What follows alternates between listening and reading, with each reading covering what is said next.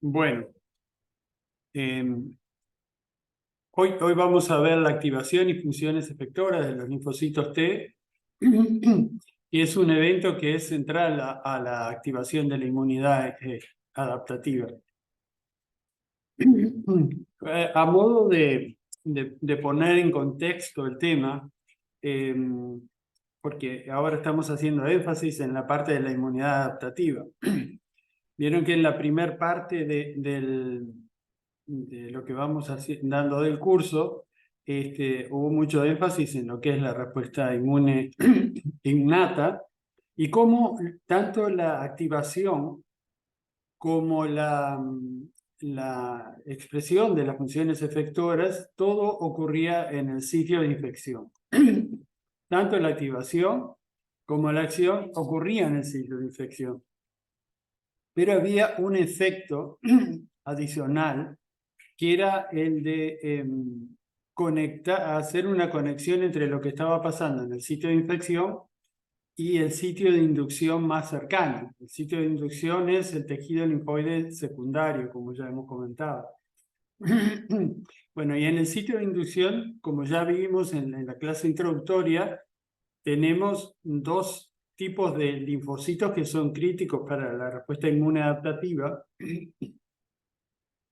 Que por un lado, son por un lado las células B y las células T, o linfocitos B y linfocitos T. Estas dos células tienen una especialización en cuanto al tipo de antígeno que reconocen, ¿no? Creo que ya hemos hecho énfasis, y también les habrá hecho énfasis Gabriel, en la característica de que las células B reconocen cualquier tipo de antígenos, y sus epítopes pueden ser tanto regiones de una proteína como de carbohidratos, de lípidos, etcétera, ¿no? Sin embargo, los linfocitos T reconocen básicamente, sobre todo los alfa-beta, que son los que hacemos más énfasis, reconocen un péptido en el complejo mayor de histocompatibilidad, lo cual estuvimos viendo en la clase pasada. Ahora bien, además de la amplitud de reconocimiento que tienen los linfocitos B a través de su receptor, que es básicamente la molécula de anticuerpo que luego va a secretar si se activa, los anticuerpos están especializados en reconocer algo, lo que está expuesto al solvente, y por lo tanto, si hablamos de una proteína grande, o una estructura como puede ser un virus o la superficie de una bacteria, lo que va a reconocer son cosas que están expuestas al solvente, ¿no? Entonces son epítopes que están en la superficie de algo, ya sea ese algo sea una bacteria o una toxina bacteriana, lo que sea, ¿tá? Pero es básicamente una región discreta de la superficie de algo que está expuesto al solvente donde se encuentra el anticuerpo. En cambio, los linfocitos T reconocen regiones de la estructura primaria de las proteínas, ¿tá? Y eso conceptualmente es importante como forma de enfocar el reconocimiento cualitativa a regiones cualitativamente distintas, ¿tá? En particular, si ustedes tienen en cuenta que en el caso de los linfocitos T estamos hablando de proteínas, porque lo que reconocen son péptidos, y al reconocer regiones internas de las proteínas, hacen una diferencia en el sentido que estas regiones son mucho más conservadas, ¿eh? Cuando un microorganismo realiza mutaciones, es muy difícil que realice mutaciones sin armar mucho lío en el core de la proteína. En cambio, en la superficie, las mutaciones son bastante más toleradas. Entonces, ¿eso qué correlato tiene? Bueno, eso lo que hace es que sea fácil evadir fácil entre comillas, ¿verdad? Evadir la respuesta de anticuerpos, porque se puede mutar la superficie, que es lo que reconoce el anticuerpo con relativa facilidad, pero no es tan fácil cambiar los epítopes T, ¿no? O sea que por el lado de los epítopes T tenemos una garantía de mayor validez de la respuesta que se montó frente a las posibles mutaciones. Bueno, lo otro que es importante señalar acá es que las funciones efectoras que realizan cualquiera de estas células, esas sí se desarrollan en el sitio efector, que es donde está la infección. Entonces también vamos a ver que cuando estas células se activen, luego la forma activada, la proteína activada, tiene que ir de alguna forma al sitio de infección, a sumar funciones efectoras a las que tenía la inmunidad innata. Y el otro aspecto importante es también que, a diferencia de lo que ocurre acá, donde el sistema no aprende demasiado, el sistema inmunoinnato, y va a responder de la misma forma ante el encuentro de una determinada infección la primera y la segunda vez, acá vamos a tener una gran diferencia porque se conservan células de memoria. ¿Tá? En la respuesta innata hay algunas formas equivalentes de memoria y no siempre la respuesta es exactamente igual que la primera vez, pero quedémonos con ese paradigma. La memoria inmunológica existe sobre todo para la respuesta inmunadaptativa. Muy bien. Entonces lo que vamos a ver en la clase es cómo circulan y dónde se activan los linfocitos T. No vamos a ver dónde se originan los linfocitos T porque eso lo vamos a ver no la clase próxima, sino la siguiente, porque vamos a aprovechar para ver cómo se generan, para ver cómo se controla la tolerancia, ¿no? Pero hoy vamos a partir desde el punto de vista de un linfocito T que sale del timo, que es donde se genera, y vamos a ver entonces cómo circula ese linfocito T y dónde se activa, cómo son los mecanismos que intervienen en esa activación, de qué forma se produce la activación y cómo está regulada en realidad. Y también vamos a ver cómo se diferencian en distintas poblaciones, lo cual está directamente atado con su rol, ¿no? Porque en los linfocitos T vamos a ver que se diferencian de distintas formas dependiendo del patógeno con el cual están lidiando, y por lo tanto la respuesta va a estar en sintonía con el patógeno en cuestión. Y bueno, después brevemente mencionar qué tipo de memoria de linfocitos T tenemos y cómo funciona. Repasemos un poco el tipo de rol que tienen los linfocitos T. Cosas que ya hemos visto, pero vamos a repasarlas. Entonces, hay un tipo de linfocito T, que sería este que está acá, que es colaborador o helper, se dice a veces. Helper como ayudador de la respuesta que puede dar esta célula. Bueno, estos linfocitos colaboradores, en la interacción con la célula presentadora, determinan cosas que le pueden pasar a esta célula.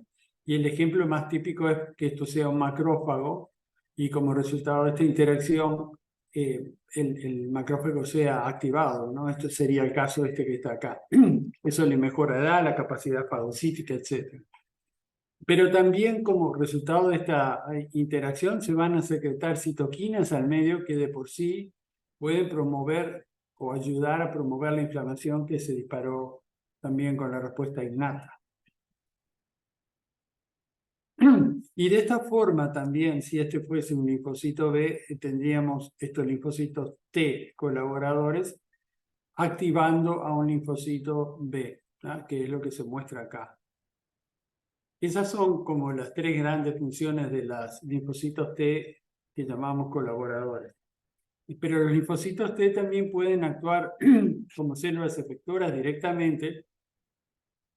Y este es el caso de los linfocitos T citotóxicos, que son capaces de reconocer una célula infectada, una célula tumoral y destruirla, ¿no? Esa es otra acción y una acción muy directa.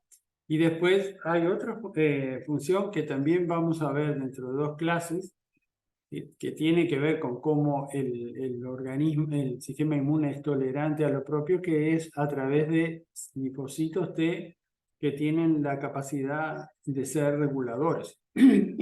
A diferencia de este que promueve la actividad, ¿no? Ir a la guerra, activación de macrófagos, inflamación, producción de anticuerpos, este linfocito T es pacificador, o sea, cuando reconoce a su antígeno, ¿no? En forma antígeno específica, regula a la baja una respuesta que puede estar siendo demasiado fuerte, demasiado descontrolada, o que puedes habérsela agarrado contra componentes propios. Bueno, esas son las funciones generales eh, que tienen entonces los linfocitos T. Entonces, como decíamos, vamos a empezar con la historia del linfocito T desde el timo. Vamos a suponer que pasó por el precursor que vino de la médula ósea, llevó adelante todos los procesos de diferenciación que permitieron que se constituyera en un linfocito T virgen, ¿tá? Que pasó ciertos controles de calidad. Ese linfocito T va a tener un fenotipo de receptores. No importan los nombres, lo que importa es que sepan que tiene distintos receptores en su superficie, que no son cualquier receptor, sino que van a estar coordinados con su patrón de circulación. Entonces el linfocito sale y va directamente a circulación, y desde ahí va a hacer este recorrido. Esto simboliza, lo que está acá simboliza un ganglio, esto también. Entonces, a través de la sangre van a pasar por los ganglios o van a salir hacia el interior del ganglio. Y bueno, y ahí pueden pasar algunas cosas, ¿no? Entonces, ¿cómo ocurre este fenómeno por el cual los linfocitos abandonan la circulación e ingresan al ganglio? Bueno, acá tenemos un poquito más de detalle. Estamos hablando de que los linfocitos vírgenes vendrían por la vía de las arterias que irrigan al ganglio. Luego va a haber capilares. Y en esta zona está la zona que se llama las vénulas del alto endotelio, ¿no?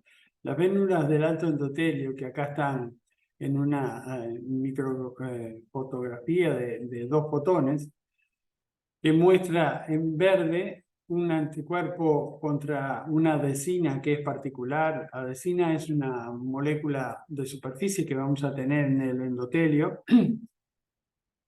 Bueno, y después hay una tinción general para lo que son los vasos. Esta es la zona por donde los linfocitos pueden abandonar la circulación e ingresar al ganglio, ¿tá? Y esto que vamos a ver lo hacen tanto los linfocitos T como los linfocitos B. Acá hay un esquema que sería bien un linfocito, y entonces empieza primero a frenarse en su contacto con los receptores que hay en esta superficie para luego hacer diapedesis, ¿tá? Este mecanismo está coordinado de acuerdo a los receptores que tiene en su superficie el linfocito virgen, que tiene estas series estas son moléculas de adhesión y este receptor para quimioquinas, y inicialmente a través de la L-selectina va a interactuar con estos carbohidratos que están en el endotelio de las vénulas del alto endotelio, ¿no? Entonces, esto es el primer frenado, digamos. Ahí empieza como a rodar el linfocito, puede hacer contacto con las quimoquinas que secretó el ganglio, y que son reconocidas por este receptor. Eso promueve en el linfocito una señal que hace que esta integrina aumente su interacción con este ligando, y bueno, como resultado de eso se da el proceso de diapedesis. Acá tienen un video muy fantástico, que muestra cómo rueda un linfocito. Miren los demás cómo pasan, ¿no? Los glóbulos rojos y los demás. Y luego de este rodamiento, acá vemos algunos que ya están haciendo la transvasación, la diapédesis, y también vemos que hay algunos que ya lo hicieron, ¿no? De esa forma, entonces, acceden al ganglio los linfocitos, tanto T como B. Y bueno, permanecen un tiempo en el ganglio, cada uno de ellos tiene su zona, los linfocitos tienden a acumularse, en el caso de los T en la zona T y los B en la zona B, y tienen cierto tiempo de permanencia, pero si no encuentran nada, salen por los vasos linfáticos aferentes y a través a través de la vena cava superior y reingresan en la circulación, ¿tá? O sea, todo el flujo de linfa va hacia la zona de presión más baja del sistema circulatorio, donde ahí sí pueden entrar. Entonces la linfa vuelve otra vez a ser parte de la sangre y siguen su recorrido, ¿no? Entonces, nos podemos hacer la pregunta de qué sentido tiene esta recirculación. ¿Por qué los linfocitos no van al ganglio y se quedan ahí? Y bueno, a ver qué es lo que pasa. Y bueno, la respuesta bastante obvia para esto, digamos, es que es mucho mejor que estén recorriendo los distintos sitios de inducción, porque el antígeno puede no estar en el sitio en que se quedaron, sino en otro. Entonces, de esta forma se asegura que los linfocitos tengan un buen contacto, cada linfocito individual tenga un buen contacto con los distintos sitios de inducción del organismo. Bueno, lo otro que es importante es el timo produce linfocitos T continuamente, pero de una forma que es dependiente de la edad, ¿no? En los individuos jóvenes hay gran producción de linfocitos T diaria, luego eso empieza a bajar ya desde la adolescencia y luego rápidamente va disminuyendo el timo, de hecho se va a atrofiar y en la edad avanzada el timo ya no produce más linfocitos. Por eso es importante esta propiedad que tienen los linfocitos de poder autorreplicarse en la periferia y de vivir por mucho tiempo. O sea, este circuito lo pueden hacer durante mucho tiempo porque reciben señales a través de la interacción con el MHC y péptidos propios y de la interleuquina 7, que es en general un factor de sobrevida para muchos leucocitos. Bueno, un poco eso de lo que está acá ya lo comentamos. Entonces, ¿cómo cambia este panorama, no? Ese es el asunto. ¿Cómo hacemos de que esta recirculación, que por ahora no pasaba nada, iban a los ganglios, luego a la linfa, cómo cambia eso? ¿En qué momento? Bueno, ahí precisamos otro actor, que ya lo mencionamos un poco en la clase pasada, que son las células dendríticas, ¿no? Las células dendríticas se encuentran principalmente en los sitios de acceso de los microorganismos, como en la frontera, como es la piel, como es el epitelio respiratorio, el epitelio digestivo, etcétera, etcétera. Pero también está en otros tejidos, ¿no? Y lo que tienen estas células es un estadio, que es un estadio que llamamos inmaduro. No quiere decir que por ser inmadura no sea funcional, no. En el estadio inmaduro hace funciones muy importantes, pero para ser activa luego tiene que madurar, ¿tá? Y hay una maduración fisiológica, o sea, las células dendríticas que están en la piel generalmente se generan a través de monocitos que llegaron y se diferencian en células dendríticas en el sitio donde llegaron. Tienen un tiempo de permanencia, ahí van a estar muestreando todo el tiempo lo que está pasando ahí. Y luego, en forma fisiológica, pueden madurar e ir al sitio de inducción, ¿no? Por ejemplo, al ganglio más cercano. En esas condiciones fisiológicas, La célula dendrítica no es activadora de linfocitos T. Por el contrario, si se encontrara con un linfocito T que reacciona con péptidos propios, más bien lo induce hacia un estado de poca respuesta, ¿no? Eso es más bien un tema para la otra clase. La que nos interesa hoy es el estado en el cual acá hay una infección, entonces la célula dendrítica madura de apuro, pero además se activa. Entonces esta célula dendrítica activada es la que va a iniciar la respuesta inmune adaptativa, activando a los linfocitos T, ¿no? Es el comienzo de todo, en términos de la respuesta adaptativa. Entonces, si nosotros tenemos una infección en el sitio de inducción, al sitio de inducción a través de la linfa, como se muestra acá, van a estar llegando células dendríticas activadas conjuntamente con antígenos y otras cosas, ¿no? Y bueno, ¿qué características tiene esa célula dendrítica inmadura? Bueno, estas que se mencionan acá. Una de ellas es la capacidad de muestreo, o sea, están todo el tiempo fagocitando, endocitando y haciendo macropinocitosis, es decir, como se muestra acá, ¿verdad? Cada tanto emiten pseudóporos que luego generan una vesícula endocítica y, bueno, y ingresan todo ese material que lo procesan y eventualmente, como vimos la clase pasada, esos componentes que entraron por esta vía van a ser presentados en el MHC, ¿no? En el MHC acá sería el MHC de clase 2, ¿verdad? Porque estamos hablando de antígenos que ingresaron por la vía vesicular. ¿Se acuerdan que en el MHC de clase 1 iban los que ingresaban por el citosol, que se producían en el citosol, ¿no? Por la vía del citosol? Pero acá no ingresarían componentes hacia el citosol porque no hay ninguna razón para que eso ocurra. Bueno, pero entonces tienen esa gran capacidad de muestreo, tienen una gran proporción de receptores de activación, tanto para receptores para PAMS, o sea, están esperando la posibilidad de que aparezca una infección, o DAMS, ¿no? Como para citoquinas proinflamatorias, o sea, la presencia de un agente, un microorganismo invasor, puede ser detectada por otras células y si secreta citoquinas también hace que la dendrítica se active.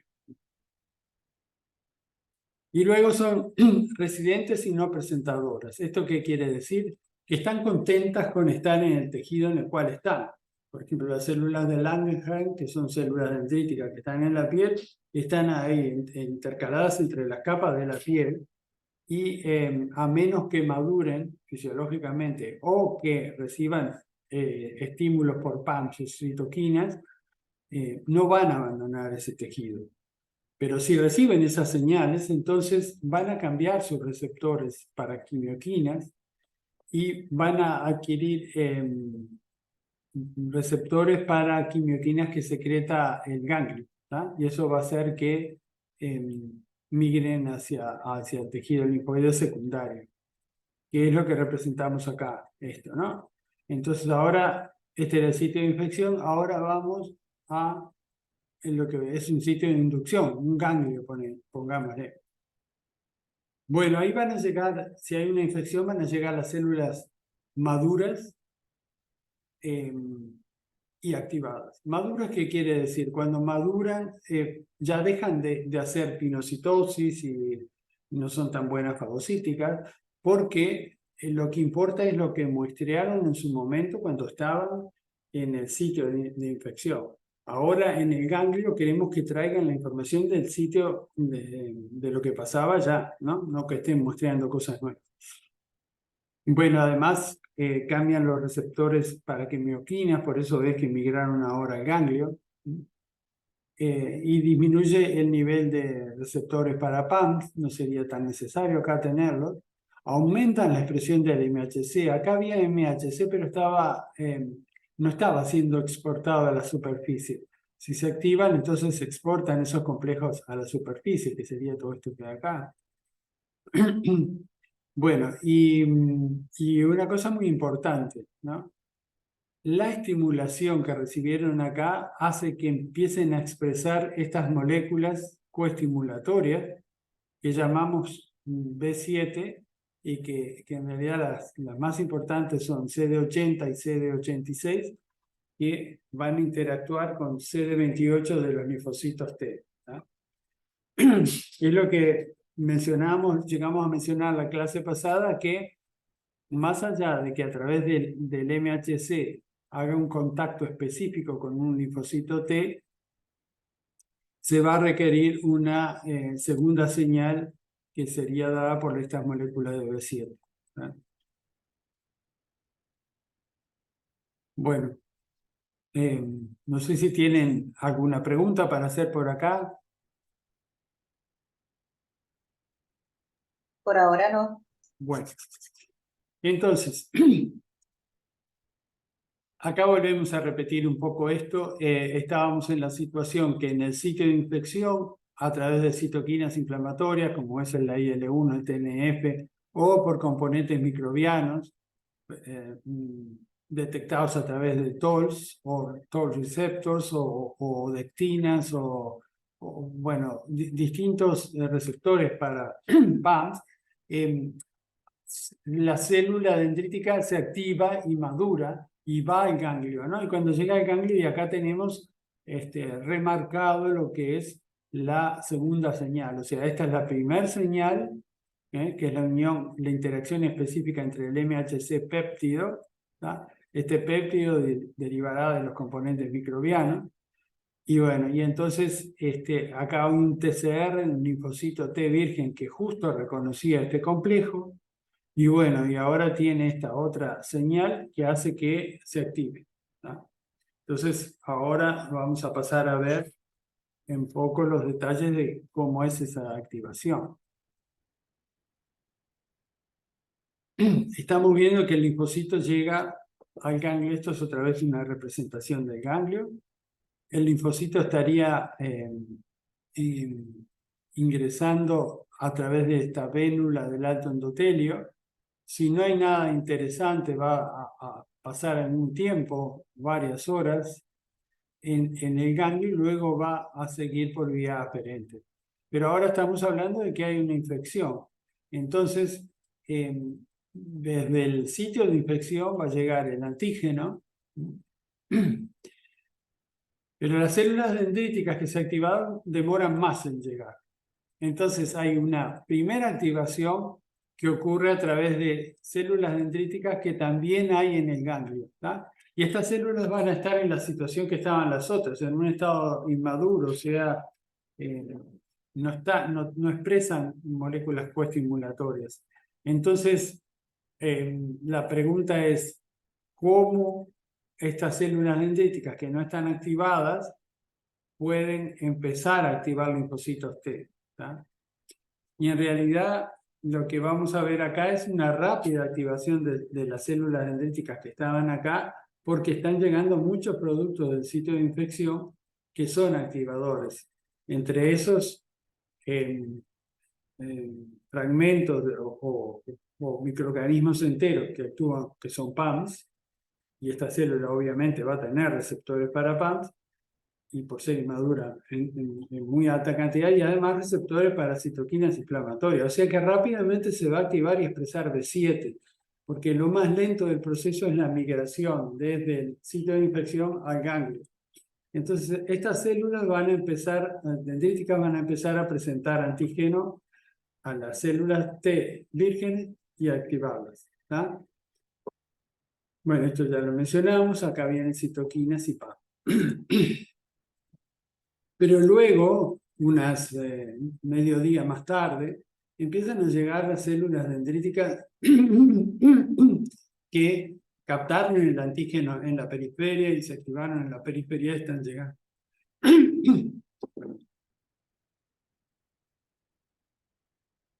Bueno, Y entonces se va a dar acá el fenómeno de activación.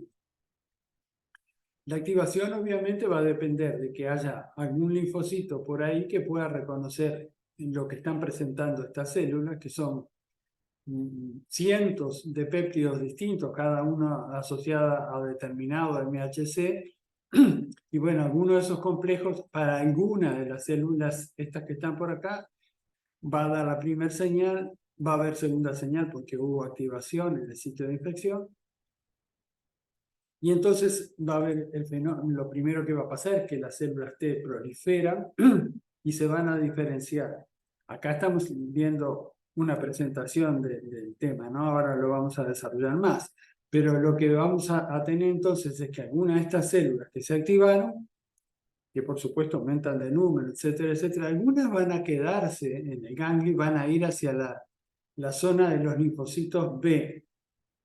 Otras, que son células T efectoras directas, esas van a salir a la periferia, a través de la linfa van a ir a la circulación sanguínea y desde la circulación sanguínea van a ir a ver si se encuentran con un sitio de infección donde ejercer su efecto.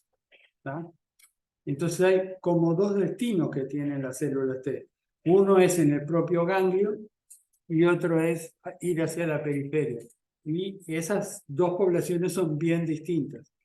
Y las que van al ganglio van perdón, las que van a la zona T del ganglio, las que se quedan en el ganglio, lo que van a hacer va a ser justamente activar linfocitos B, porque van hacia la zona donde están los linfocitos B.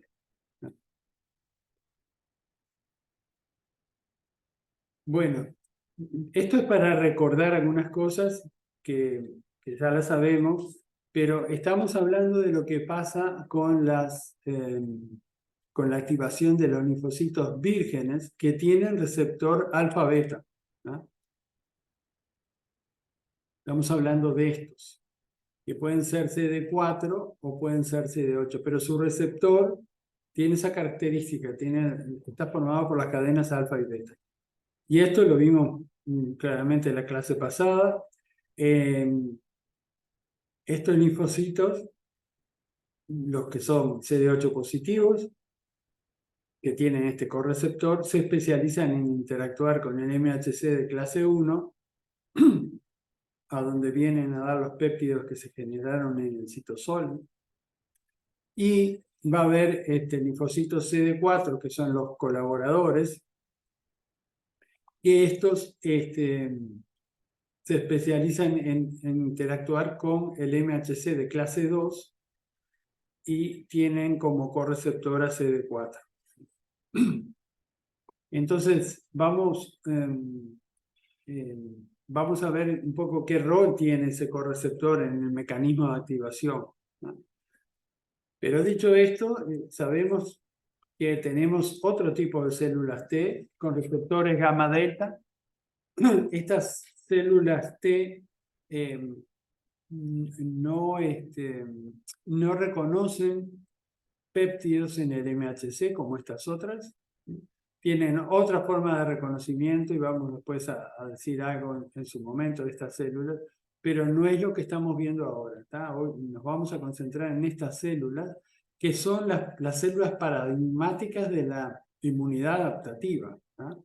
Son estas. Estas están a medio camino entre lo adaptativo y lo innato, pero estas son puramente adaptativas con un gran repertorio de receptores generados al azar que se van a seleccionar en la instancia de activación.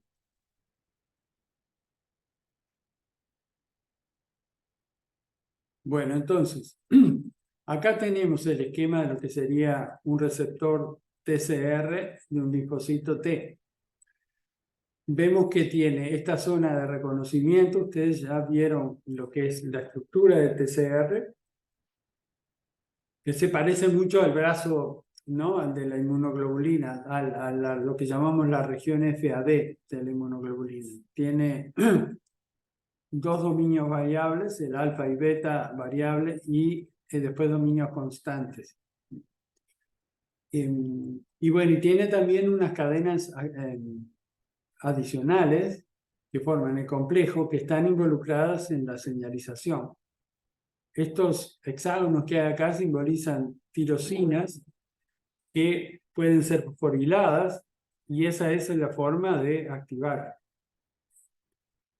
Para eso hay una serie de quinasas en el linfocito T que no están, de alguna forma está reprimida su actividad para que no activen las colas hasta que no pase algo con el TCR.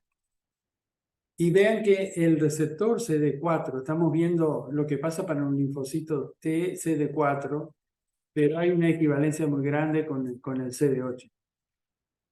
El correceptor CD4 está en una zona que ven que acá está en rojo, que es una zona de la membrana que tiene una composición distinta, con mucha abundancia de colesterol y de glicopingolípidos y otras proteínas de membrana, que es una zona muy plástica y se llama lipid wrap. Bueno, pero lo importante entonces es que uno de ellos está en esta zona, no tan cerca o lejos del receptor TCR, ¿no? Entonces, eso justamente es utilizado como forma de activación porque en esta zona está anclada esta quinasa inicial que cuando hay unión al MHC, que se acuerdan que ustedes que el TCR reconoce el péptido MHC y el correceptor reconoce este dominio de la cadena beta del MHC.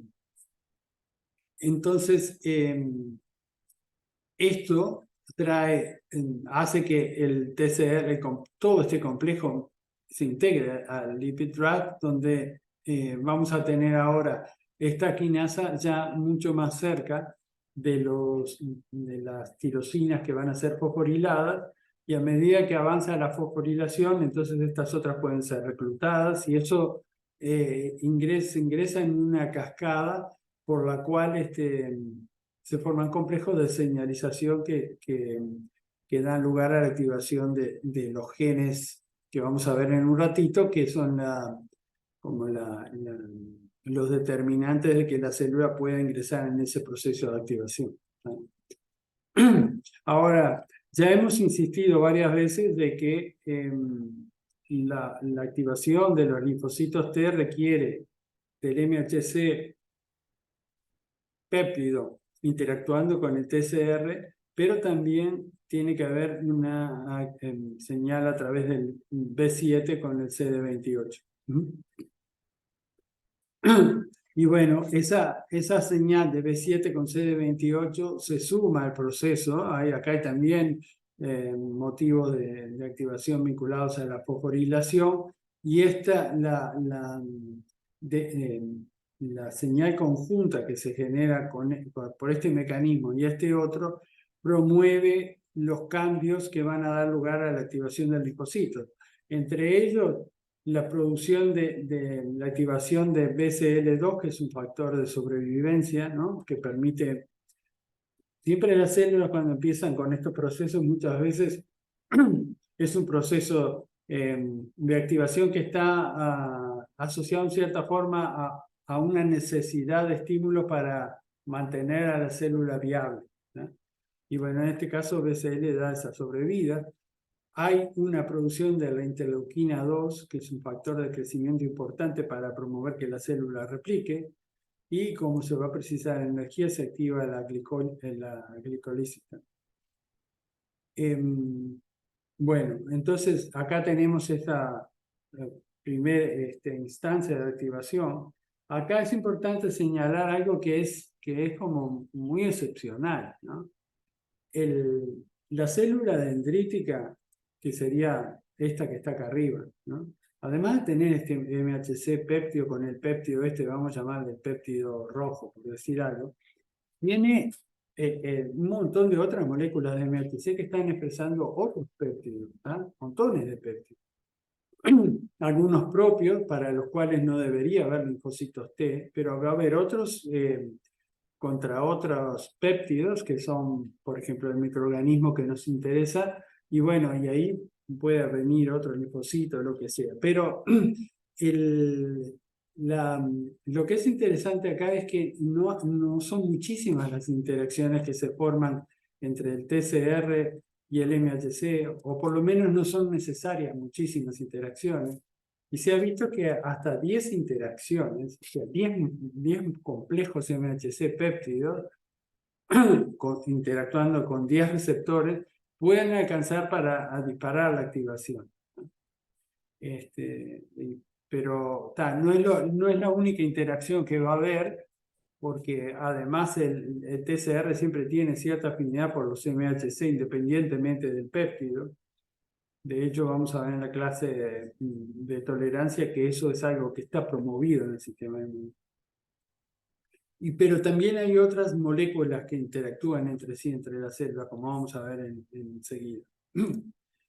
Como ven acá, hay un arreglo de moléculas por el lado del linfocito T y también del MHC que participan en esto que llamamos la sinapsis inmunológica, que al principio están distribuidos de una forma y que se redistribuyen cuando se empiezan a dar las interacciones, como se muestra acá, ¿no? Y se forma un núcleo central donde se acumulan los TCRs con el MHC, las moléculas coestimulatorias, B7 con CD28, y bueno, y los correceptores, por supuesto, ¿no?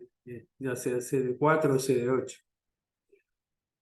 Pero vean que hay otras estructuras que antes estaban cercanas que ahora se alejaron, ¿tá?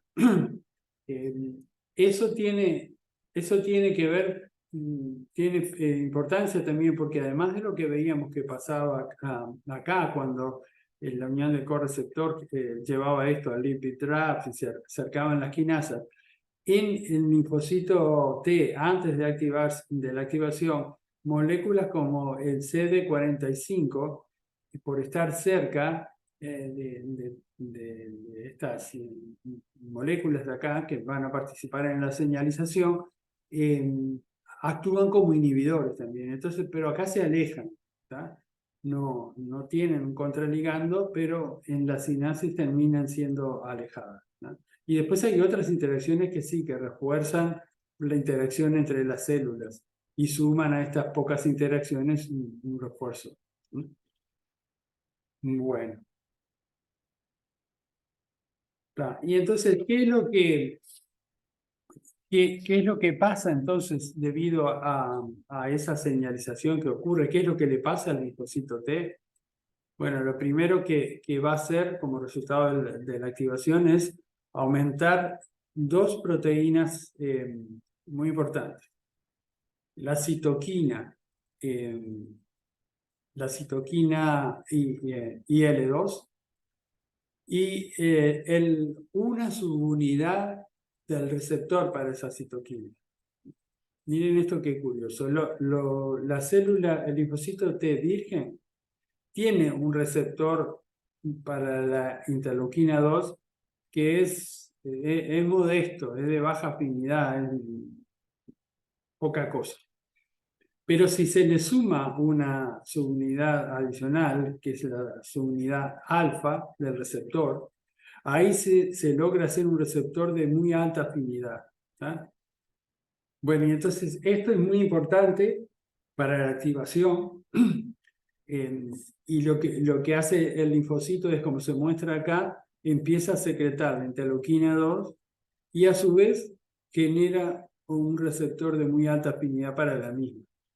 Este es el caso de una secreción autócrina, donde la citoquina es volcada al espacio extracelular y luego interactúa con el receptor. Y esto que a mí siempre me pareció un mecanismo raro, porque ¿para qué secretar algo afuera que después va a capturar si podría haberse generado alguna señal interna, ¿no? Pero sin embargo tiene su sentido cuando sepamos que hay células, que son los linfocitos T reguladores, que son capaces de robarle esa interleuquina 2. ¿tá? Si acá hay una esponjita de citoquina 2, de interleuquina 2, perdón, no se da esta activación del linfocito T, que es la que promueve la proliferación. ¿Tá? Entonces, debido a este mecanismo, mirad que este es un poderoso factor de crecimiento celular, hay una rápida expansión del linfocito que se activó. Entonces, hay una rápida amplificación clonal porque estamos hablando de un linfocito que es único entre millones, ¿no? Y por lo tanto hay que aumentar los números. Entonces, lo primero que pasa es que hay una gran en duplicación. El ritmo de duplicación en el caso de las células TCD8 es mucho mayor y más rápido, empieza antes a reproducirse, o sea, se pueden activar en forma más temprana. En cambio, los CD4 demoran más en amplificarse y las generaciones están más separadas. ¿Tá? Eso hace que, pero igual es una proliferación enorme, eso, porque hay una duplicación cada 12 o cada 24 horas. Eso hace que el número de células aumente mucho y es la razón por la cual los ganglios se inflaman. Y a veces sentimos que tenemos un ganglio que aumentó de volumen. ¿Tá? Eso es porque hay un estímulo ahí que hace, donde los linfocitos T se están reproduciendo a una velocidad muy alta.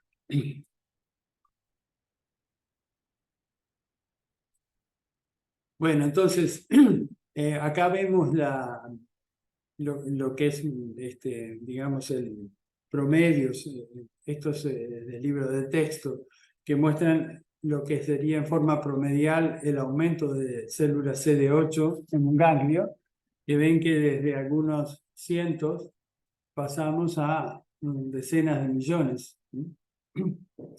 Y eso pasa en un periodo de tiempo muy pequeño, de unos 5 días.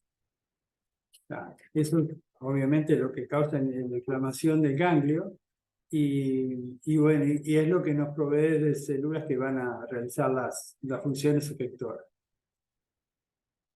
Esta enorme proliferación que vimos tiene que tener tiene su sustento en cosas que vamos a ver, pero tiene que tener también su contracara de regulación. ¿Tá? Vamos a necesitar controlar esta forma tan desenfrenada de reproducirse. Entonces, cuando tenemos la célula T virgen, sería en este caso acá, y la célula dendrítica, y esto ya lo hemos visto, hay una interacción del TCR con CD4 y bueno, tiene que haber coestimulación. Estas son las dos señales. Pero como ven acá hay otro componente muy importante que es la molécula CD40. CD40 está en la célula dendrítica y cuando el linfocito T comienza a activarse porque hubo señalización a través de esta que es la específica, péptido específica, y estas otras que se dieron en la interfase, cuando dos células se activan, nosotros las representamos siempre como dos redondelitos, pero hay una enorme superficie que está en contacto entre las células cuando se activan. Es un poco lo que se está representando acá. Como las células están en contacto varias horas, da el tiempo para que se exprese esta otra molécula, que es un ligando para CD40. Como resultado de la activación, ahora se activa la célula dendrítica. ¿Tá? Y la célula dendrítica, cuando se activa, aumenta su capacidad coestimulatoria expresando más moléculas de B7. Entonces esto empieza a ser como un círculo que que se retroalimenta y es lo que justifica esa enorme proliferación que vimos. ¿Ah? Ahora, y acá es donde viene lo que les decía, o sea, si esto estuviese descontrolado sería muy riesgoso, por lo tanto, el sistema tiene una forma de regulación que es que cuando las células, luego de estar interactuando por bastante tiempo en este proceso de estimulación y proliferación, las células T ya al activarse empiezan a expresar otras moléculas, como esta que se llama acá CTLA4, que se unen a las moléculas coestimuladoras de la célula dendrítica, pero en lugar de lo que hacía CD28, que es dar señales positivas de activación, estas bloquean la activación del linfocito T. O sea, hacen el efecto opuesto a lo que hace CD28. Y de esa forma hay un control sobre la proliferación, ¿no?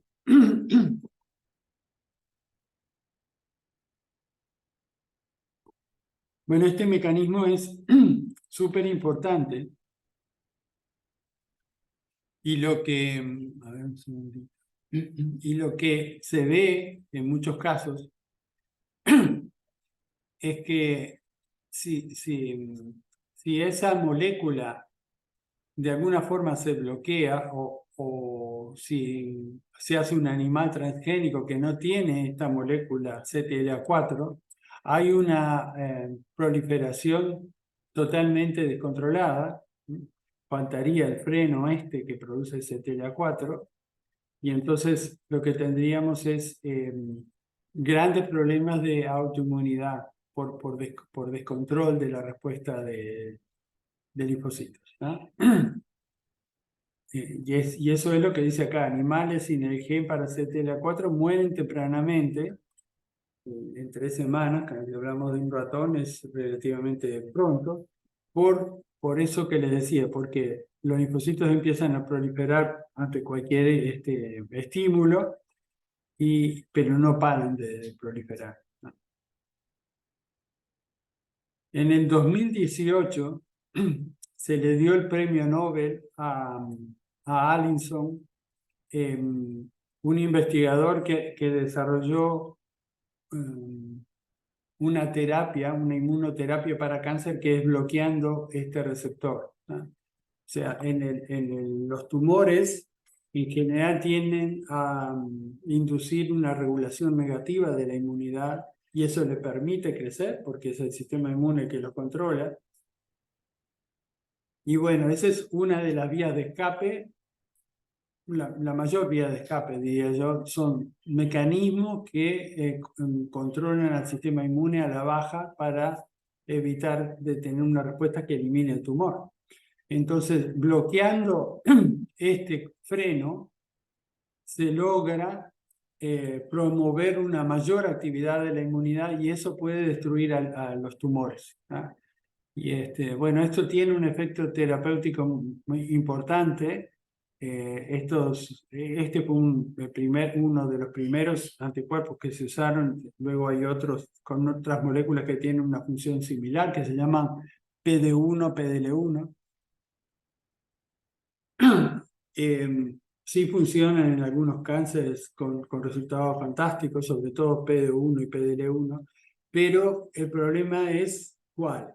Si esto era un freno para la reactividad contra lo propio o para la linfoproliferación descontrolada, si lo tocamos, si lo evitamos, también aparece ese problema. Entonces, la terapia esta tiene un trade-off que es, sí, mejora la situación del cáncer, pero tiene muchos efectos adversos porque se generan eventos de autoinmunidad. Ahí me fui un poco por las ramas, pero básicamente lo importante acá es el mecanismo de proliferación que se genera por el estímulo más el del ligando para CD40 que aumenta la coexpresión, es fuertísimo, es muy importante y eso que hace que en 5 días multipliquemos por cientos y cientos de miles la cantidad de células que teníamos. Pero hay que tener un control y uno de los más importantes es el de CTLA4. Bueno, entonces vimos claramente que hay una forma de activación que promueve una rápida proliferación de las células. Eso es muy importante, que aumenten en número, pero también hay un aspecto cualitativo que es no solo que aumentan de número, sino que las células se van a diferenciar con distintos perfiles, ¿tá? Estamos hablando de linfocitos T que van a adquirir distintas propiedades. Y esto viene dado por una tercera señal, o sea, tenemos otra vez MHC-TSR, primer señal, segunda señal con B7, con CD28, y hay una tercera señal que tiene que ver con las citoquinas.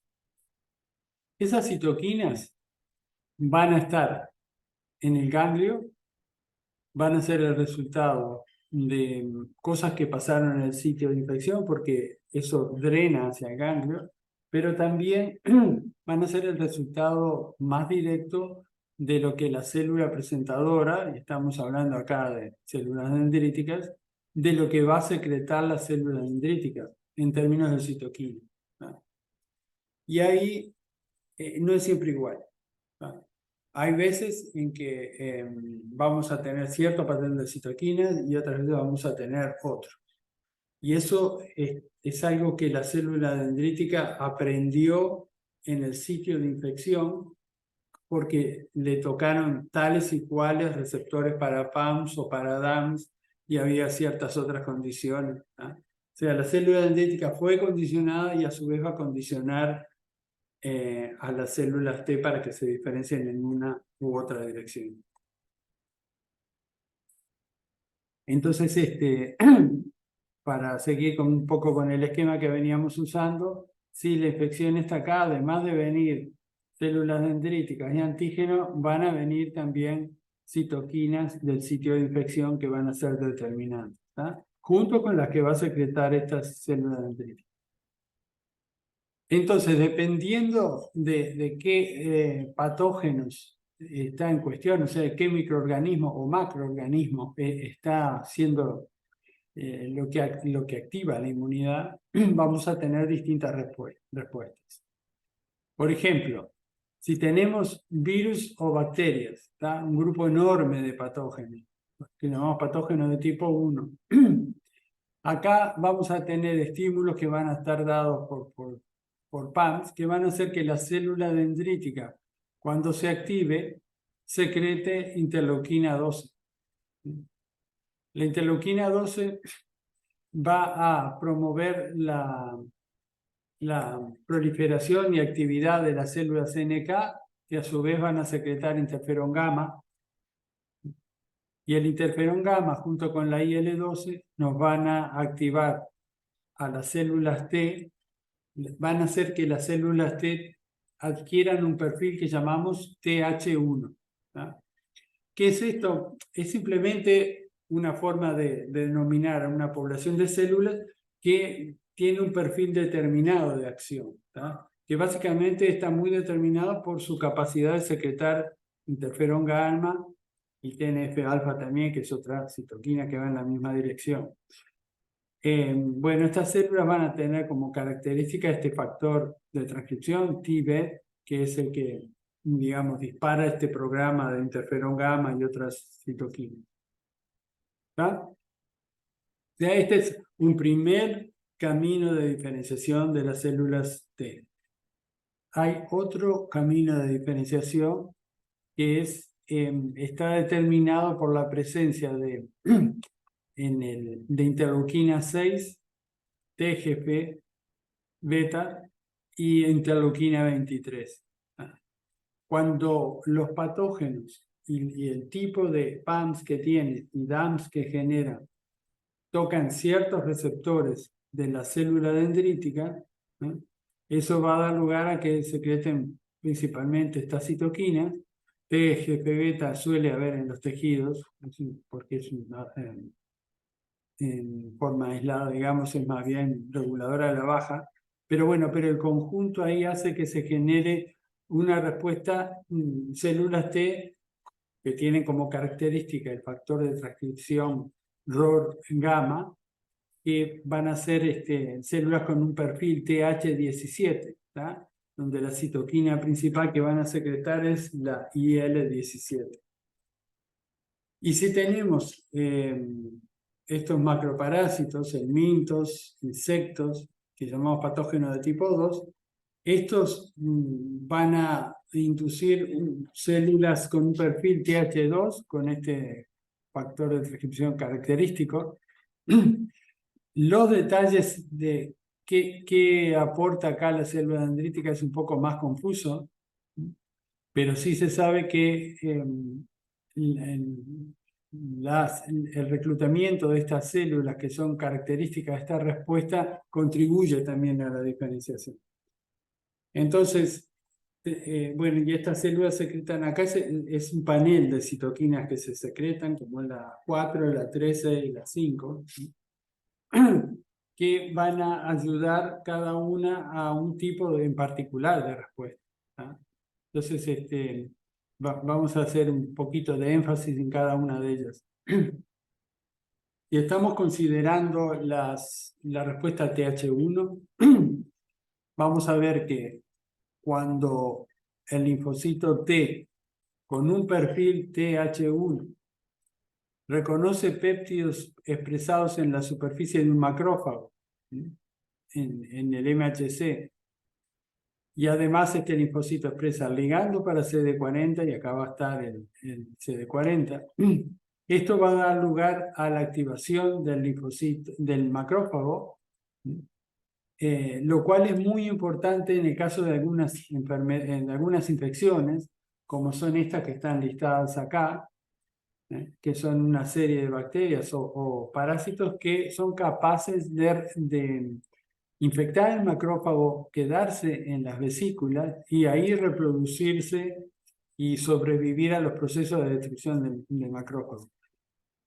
Sin embargo, la interacción que estamos viendo acá, donde viene un linfocito efector que se activó en el ganglio, pero que vino a través de la linfocirculación, llegó al tejido infectado, abandonó la circulación ahí y se pone en contacto con el macrófago y secreta interferón gamma. ¿No? El interferón gamma, esta es su especialidad, ¿no? Los linfocitos TH1 tienen la especialidad de secretar interferón gamma y TNF-alfa. Y bueno, estas citoquinas activan a los macrófagos, que obviamente tienen receptores para interferón gamma, y eso hace que refuercen su capacidad estimulatoria, entre otras cosas, aumentando la expresión de la enzima esta, la INOS, que es capaz de generar especies reactivas del nitrógeno. Y así sumar a las especies reactivas del oxígeno para dar un aumento en la capacidad de destrucción del macrófago. Es interesante notar que la secreción de interferón gamma también tiene efecto sobre células NK que puedan haber sido reclutadas, porque estas células se estimulan con interferón gamma y a su vez secretan interferón gamma. Por lo tanto, se va a reforzar la presencia de interferón gamma, y lo mismo pasa con linfocitos T citotóxicos que puede haber por ahí. El interferón gamma los activa y hace que secreten más interferón gamma, ¿no?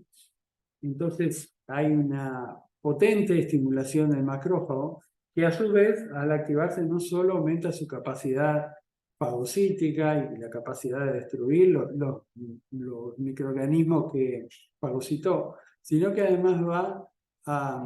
Esta lámina ya la habíamos visto, ¿no? Como es capaz de ver estos puntitos violetas, son micobacterias que están entre macrófagos, y cómo cambia la situación cuando hay interferón gamma, ¿no? Enseguida pueden ser destruidos. Pero les decía que además del efecto de aumentar el poder de destrucción, el macrófago en sí secreta citoquinas y quimoquinas. Estas quimioquinas atraen monocitos que se van a diferenciar en dendríticas, también distintos tipos de dendríticas, atraen neutrófilos también. La IL-6 que secreta este macrófago va a activar a otros macrófagos que estén ahí, a otras células, va a ayudar a activar las células dendríticas también. Y se producen otras citoquinas como el TNF-alfa, la interleuquina 1 beta, que son activadores también del conjunto de estas células y de los neutrófilos en particular. Bueno, todo esto suma al proceso de combate de la infección. Algunas de las citoquinas que se secretan acá también van a reforzar la actividad de las células citotóxicas si estamos, por ejemplo, en el contexto de una infección viral. Ahora, sí, si lo infectado no es tanto el macrófago, sino que son otras células que están infectadas, bueno, indirectamente el macrófago contribuye a esta destrucción también. Bueno, acá está un poco resumido estas cosas que hablamos, ¿no? Otra cosa que pasa es el aumento de la capacidad de presentar antígenos que tiene esto, entonces puede activar más linfocitos TH1.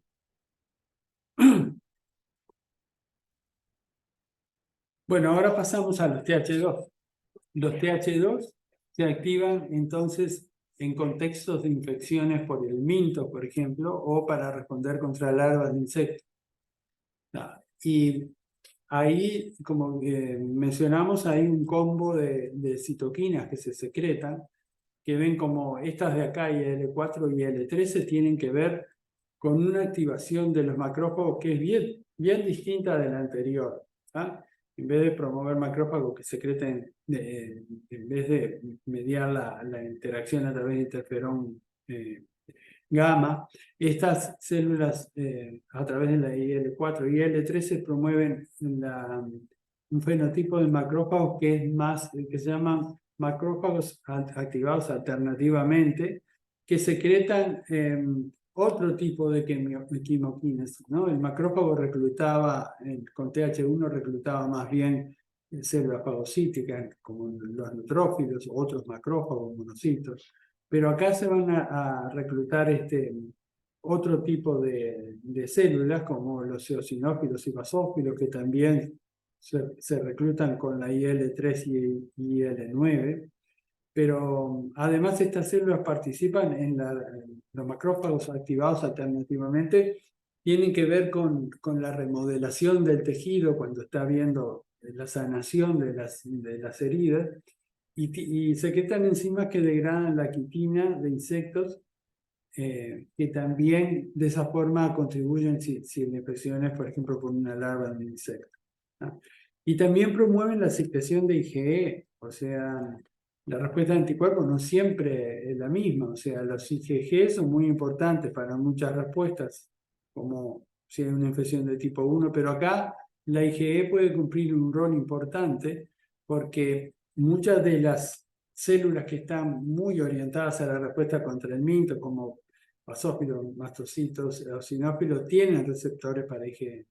Y ven acá, esta es una larva de esquistosoma que está siendo totalmente rodeada por eosinófilos, y esos eosinófilos se unen a la larva porque la IgE se unió a la superficie de la larva y estas células tienen receptores para IgE. Bueno, y hay otras citoquinas, como la IL-5, tienen la función de activar y reclutar eosinófilos, que son justamente los que vemos que actúan acá, ¿no? Y que en la frontera de mucosas promueven la secreción de IgA, ¿no? No dije, en las mucosas generalmente precisamos IgA, y ese cambio de clase es inducido por esta célula. O sea que este es un paquete orientado a lidiar contra estos macroparásitos acá, ¿verdad? Que no pueden ser fagocitados, por ejemplo, porque son muy grandes. Es una de las razones. Y a veces la forma de actuar tiene que ser con promover mecanismos de expulsión de estos agentes, ¿no? Por ejemplo, hay muchos parásitos de estos que son intestinales, y estas citoquinas, por ejemplo, promueven el peristaltismo intestinal, y por lo tanto el que puedan ser eliminados, ¿no? Junto con una diarrea grande, puedan ayudar a eliminarse esos parásitos. Bueno, nos queda como forma de activación la respuesta TH17. Hay algunos linfocitos que se adquieren en este perfil, y estos son los más adecuados para combatir infecciones por bacterias extracelulares y hongos, ¿no? Lo que lo llamamos patógenos de tipo 17. Bueno, y acá veríamos, si estamos en un tejido donde está ese tipo de bacterias, acá hay un macrófago que fagocita esa bacteria del espacio extracelular, que es donde están, y presentan péptidos a través del MHC correspondiente a un linfocito TH17. A través de la, digamos, como resultado de la activación de este macrófago por estar reconociendo estos microorganismos, también secreta IL-23, que es un promotor para que se forme la TH17. ¿Se acuerdan que era con IL-6 y TGF-beta? Bueno, entonces los linfocitos estos TH17, y acá ya estamos viendo los que son efectores, en el tejido van a secretar, debido a este estímulo, van a secretar interleuquina 17. ¿tá? Y la interleuquina 17 es activadora de células locales que hay en el tejido, como células endoteliales o células del estroma, que tienen receptores para la IL-17 y que cuando se activan van a secretar citoquinas. ¿tá? Y acá vemos células que no son típicamente células de la inmunidad, pero que contribuyen a la inmunidad y son capaces de secretar citoquinas y quimioquinas como esta, que promueven el masivo reclutamiento de neutrófilos. ¿tá? A su vez se secreta este factor de crecimiento que promueve la generación de neutrófilos y monocitos en la médula ósea, ¿verdad? Porque si estamos reclutando una gran cantidad de neutrófilos, necesitamos reponerlos. Bueno, y como resultado de esta actividad, en algún momento va a haber las bacterias extracelulares van a ser controladas, va a haber un gran fenómeno de fagocitosis, y como resultado de todo esto va a haber un montón de cuerpos apoptóticos y de actividad de macrófagos que van a secretar citoquinas que van a contrarrestar esta actividad. ¿tá? Y bueno, y entonces se frena este proceso. Esta acción de la respuesta TH17 es una de las primeras en actuar en muchas ocasiones, pero puede luego revertir a otras formas de respuesta. Por ejemplo, la respuesta TH1 y TH2 que estuvimos viendo, o sea, la que está orientada a activar macrófagos y la que está activada a reaccionar contra macroparásitos, contra mintos y larvas de insectos, esas son más rígidas. Una vez que entró en un programa TH1, TH2, ya está muy orientada. Pero la TH17 es más plástica y hacia el final de la respuesta puede evolucionar en alguna u otra dirección. Muchas veces va a dar lugar a una respuesta TH1, termina en una respuesta TH1, y eso, bueno, eso es una buena forma de determinar la respuesta, porque la persistencia de la respuesta TH17, si se mantiene en el tiempo, puede ser nociva. Y de hecho hay muchas enfermedades autoinmunes que están vinculadas a la permanencia de células TH17. ¿tá? Bueno. Además de estas tres poblaciones, que son las que van a actuar en los tejidos, el fenómeno de activación de células vírgenes puede derivar en otras dos poblaciones. ¿no? Una de ellas es la formación de células T reguladoras en la periferia. De esto vamos a hablar en la clase de tolerancia. Así que no vamos a decir mucho más ahora, pero sí es un fenómeno de activación de linfocitos vírgenes o anérgicos. Y también vamos a tener una población que ya la mencionamos que se va a quedar en el ganglio. ¿tá? Y esos son lo que llamamos T helper foliculares, linfocitos T helper foliculares, ¿tá? O linfocitos colaboradores foliculares. Y bueno, esto tiene que ver con la activación de las células B. De esto vamos a hablar mucho de la clase que viene, ¿no? De cómo estos activan a las células B para una producción de anticuerpos marcada por cambio de clase, modulación de la afinidad, etc.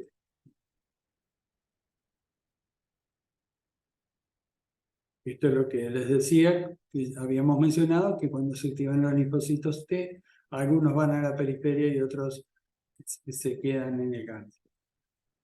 Bueno, y entonces, ¿qué pasa con esto? Tenemos esta enorme activación que está regulada por CTLA4, pero ¿cómo es la historia? Bueno, acá vemos un poco cómo es el desenlace, ¿no? Acá tenemos una infección viral, que sería esto que vemos acá, como aumenta el título viral, o sea, el grado de la infección, y cómo es controlado. Primero aparece una oleada de interferones de tipo 1 que lo combaten, luego vienen las células NK, esto es respuesta innata, estas dos, y eso ayuda a contener la infección viral, pero para la eliminación, como vemos, es la necesidad de que se empiece a generar una respuesta de células T, que cuando alcanzan su apogeo son capaces de terminar eliminando el virus. Esta sería la célula T, ¿verdad? Y esto es el desarrollo del virus. Acá ya se empieza a controlar la infección viral y bueno, cuando llegan a su apogeo, ya hay un gran control del virus, y cuando el virus deja de estar presente, entonces empieza a declinar esta población, ¿tá? Y eso es como ocurre siempre la forma de frenar esa gran cantidad de células, porque cuando se amplifican por activación una población clonal determinada, luego de que terminó la infección hay que librarse de esa célula. Pero bueno, entonces vimos cómo se activaban las células T CD4, ahora vamos a ver cómo se activan los linfocitos CD8, que en general requieren una mayor capacidad de coestimulación, ¿tá? Aunque su activación puede ser, el inicio de la proliferación puede ser más temprana que la de CD4, requieren o la ayuda del CD4 o un estímulo muy fuerte.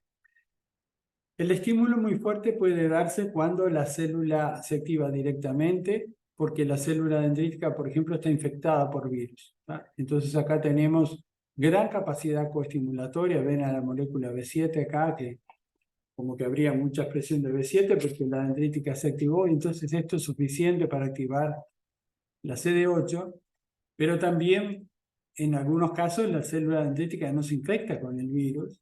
En ese caso, precisamos que interactúe con un linfocito TCD4.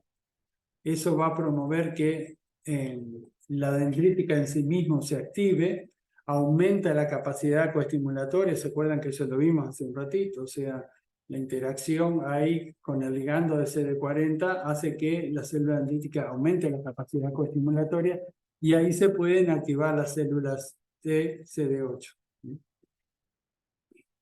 Por la vía que sea que se activaron, se van a activar y diferenciar. Acá no hay distintas categorías como veíamos con las células CD4. Y bueno, estas células van a ser esencialmente citotóxicas. Cuando vayan al tejido, se dé una interacción específica mediada por un péptido que por algo viene de esta célula, por ejemplo, si tiene un virus. Entonces, esta interacción va a provocar una sinapsis que va a hacer que los gránulos de los linfocitos T citotóxicos se liberen al espacio, ¿tá?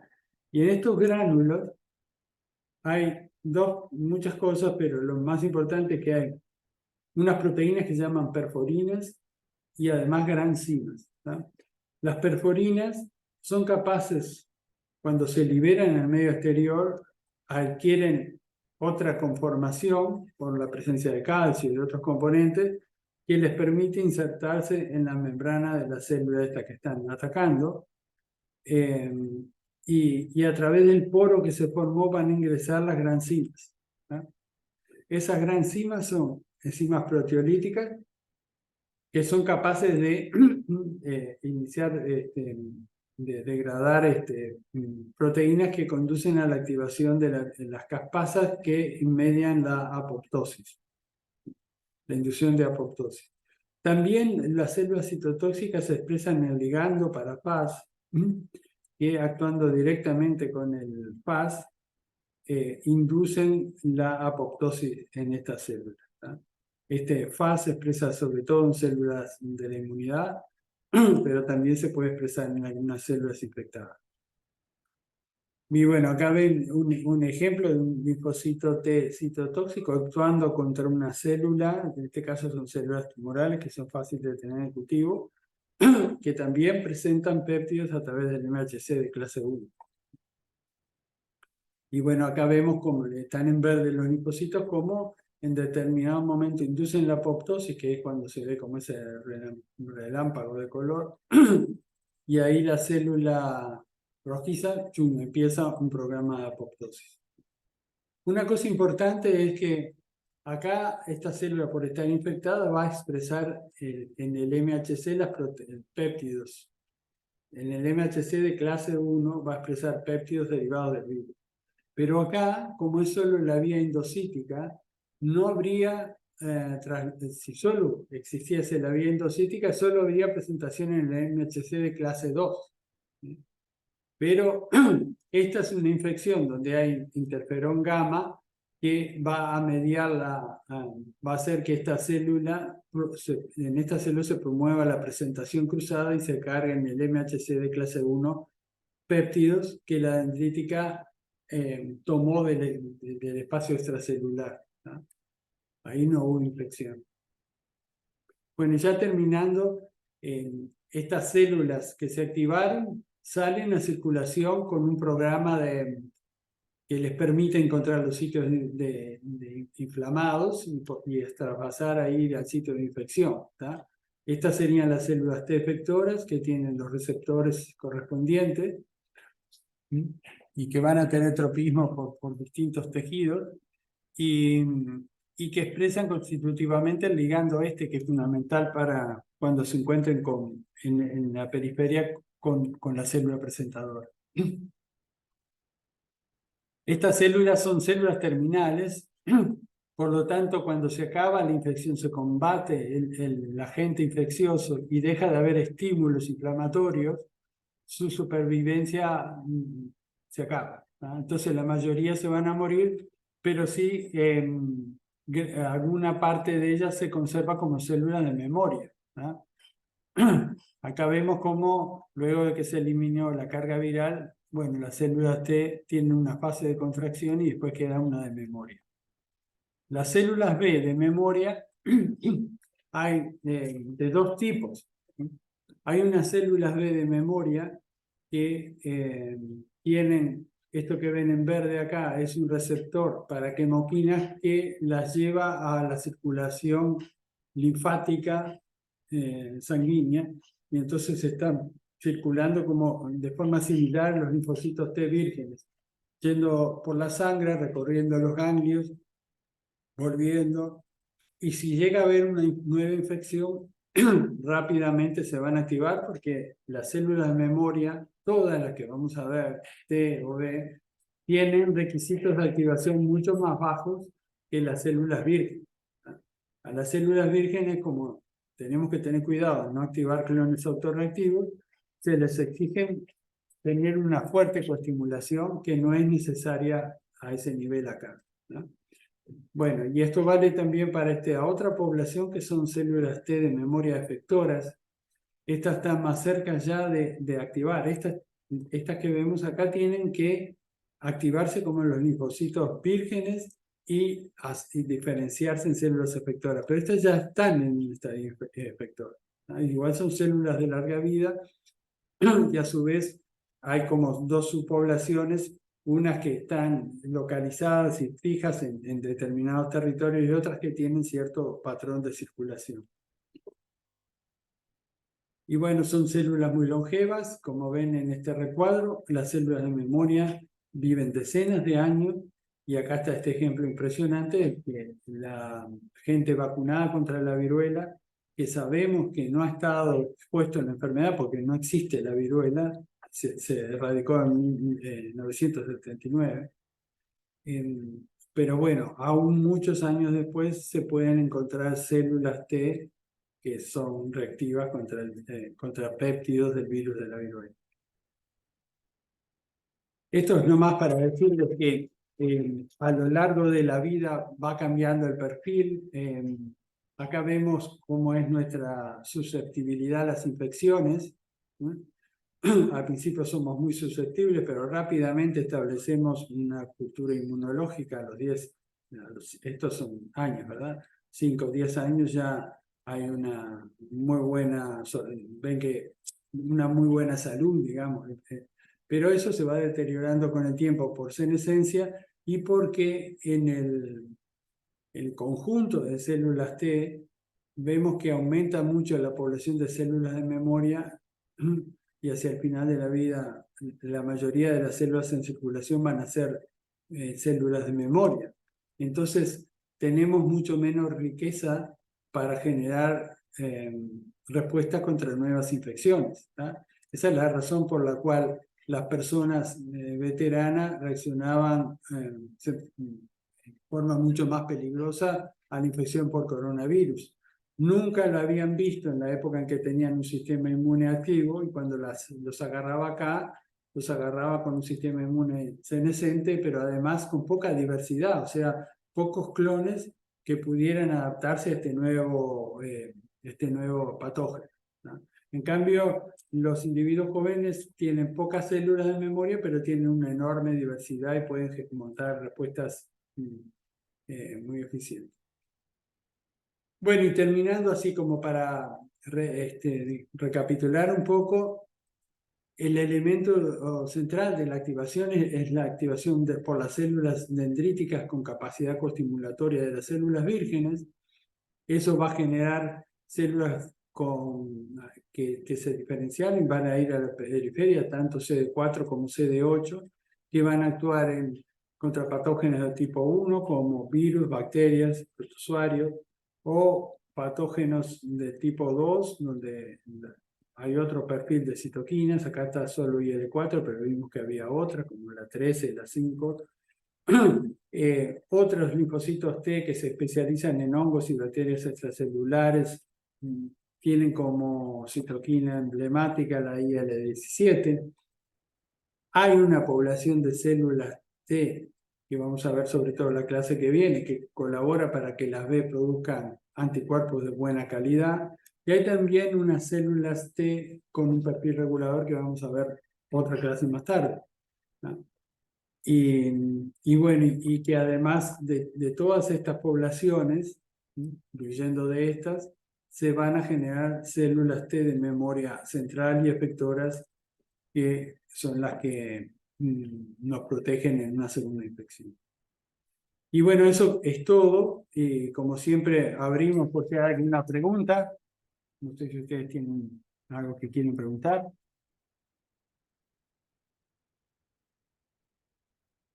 Bueno, como siempre, están muy tímidos para preguntar. Pero bueno, lo dejamos por acá entonces y retomamos el lunes. Muchas gracias. Gracias a ustedes. Chao, chao.